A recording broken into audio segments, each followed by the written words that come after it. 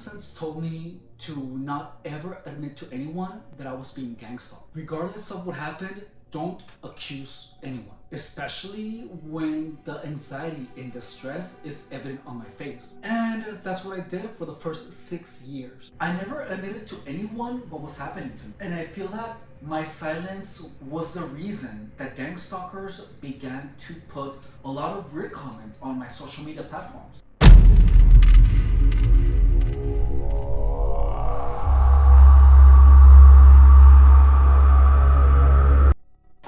I still didn't say anything. I felt it in my bones that gang stalkers wanted me to make outlandish claims. And because I refused, gang stalkers got more aggressive. They broke a window from my car, they stole an iPad Pro, they stole a MacBook Pro, they even stole my car, they stole my Nintendo Switch, they stole an iPhone. Because I was homeless at the time, it always was difficult to point a finger at gang stalking or at some person, some stranger, some hobo or thief. But when you are targeted, so many things happen because of gang stalking that it becomes your natural instinct to assume that everything was because of gang stalking. The reason though that I knew that it was gang stalking related was because these thefts were always happening whenever I was not engaging with gang stalkers. When I was behaving well, something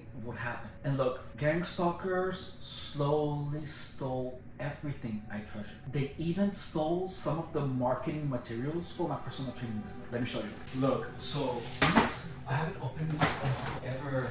Look, when I was doing personal training, I was doing free body composition tests. And this is, that's the one where the rod that I was telling you about got stolen. So look, these, both of these, I have two. I have this one and I also have the other one that I just opened right here. So there's two.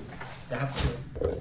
And these have a little pocket right here that comes with a collapsible rod. This thing got stolen from one of these. It literally got stolen from one of these.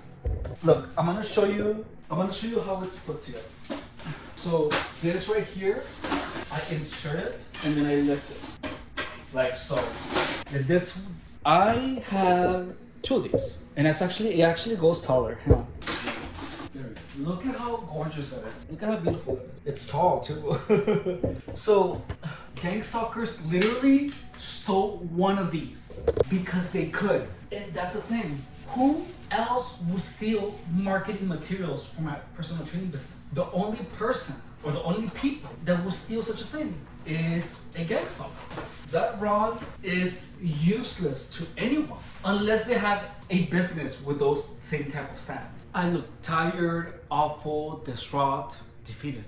But I was set on never accusing anyone of gang stalking. I just knew that's exactly what they wanted. Because in the beginning of my gang stalking, that's exactly what I did. And believe me when I tell you, they took every single opportunity to tell me that I was crazy or insane. Their face told me that me calling them gang stalkers was exactly what they were after. Let me illustrate to you the finished product of a gang stalking operation. The finished product of a gang stalking operation would be me, homeless, with absolutely nothing, no job, no plans for a future, completely distraught, addicted, and harassed by people to make sure that I stayed that way. Gang stalkers would only need to approach me, to do an evil grin, or to say one of the words that they sensitized me to in order for me to have this outburst of anger and produce me to accuse them of being gang stalker, accuse them of conspiring to destroy me or even to attack me with directed energy weapon. That is the end game of gang stalking, is to pry the mind of a person and feel completely justified when they call that person crazy. They want the target to lose the sense of who they are. They literally want to fry your brain with confusion, with drugs, with not sleeping, with things that don't make sense. They actually want to fry your brain.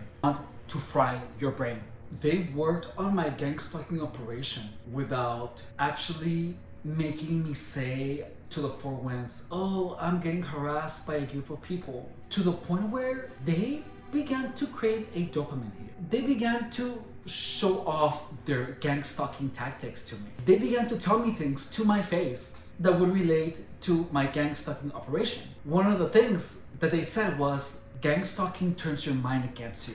Or someone else said, what you are living is an alternate narrative that is being fed to you by us. Or someone else told me the following, right now we are sensitizing you to the colors. And if you tell anyone, no one is gonna believe you. And then someone on Instagram sent me this. Psychological attacks can't be blocked and they do the damage over time. This comment seemed ominous and didn't appear to be random. All I knew was that something was happening to me, something that I didn't understand. And this thing that was happening to me was slowly destroying me. Could this be it? Could this be the thing that has been destroying me all these years that I have not been able to understand? So I looked up psychological attacks. Psychological attacks are actions intended to reduce an opponent's morale or mental well-being. This type of attack is usually carried out through propaganda, ideas or statements that are deliberately exaggerated or false, spread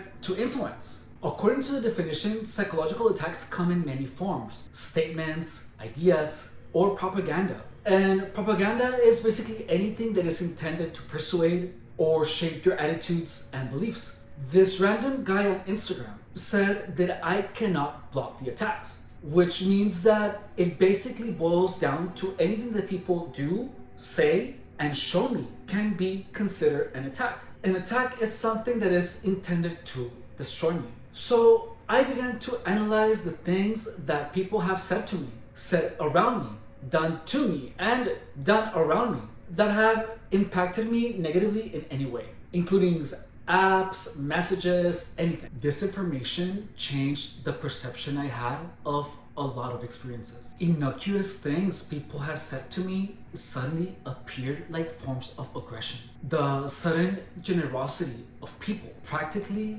throwing a bunch of drugs at me was definitely a contributing factor to the state of my dire situation. I began to take a closer look at all my text messages, and I couldn't believe what I saw.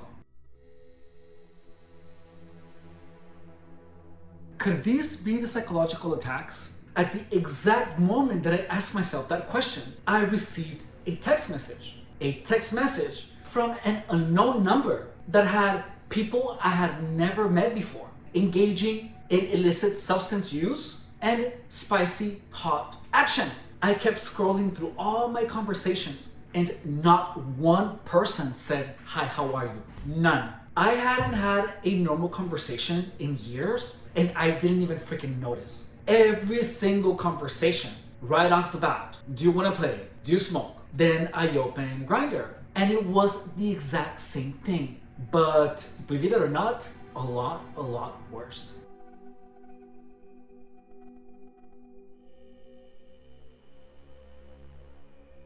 I was bombarded with sexually charged questions. I even used to get messages from people who were thousands of miles away. These people didn't even say, "Hi, how are you?" They simply sent me pictures of their junk.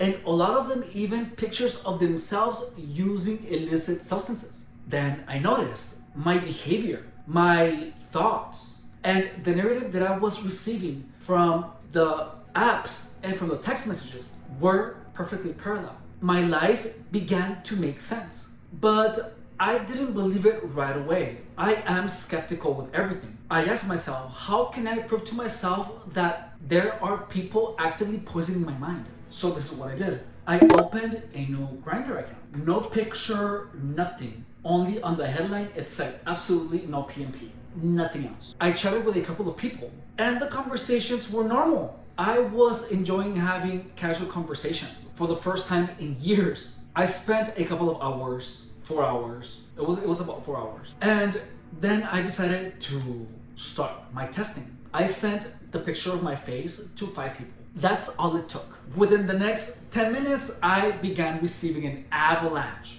of the questions. Do you party and play? Do you smoke? Do you do this? And someone even reprimanded to me via Grindr, put your damn face picture on your profile. That was all the evidence I needed. Those questions weren't sent to me out of curiosity, because when I stated on my profile clearly, absolutely no PMP, people kept bombarding me with that same question, which meant that the question was not intended for its logically assumed purpose. It was an attack. And the fact that the questions didn't start until people knew that it was I behind that new profile told me that those weren't questions. Those were psychological attacks. Those were psychological attacks. So then I pulled myself away and I began to look at the narrative. It was someone who was drug addicted, sex obsessed, and whenever I talked about work or a hobby, the other person would actively steer the direction back into sex. The pattern was simple: destroy Efren via addiction of illicit substances and spicy activity. Then I began to pay attention to the actions that friends did around me.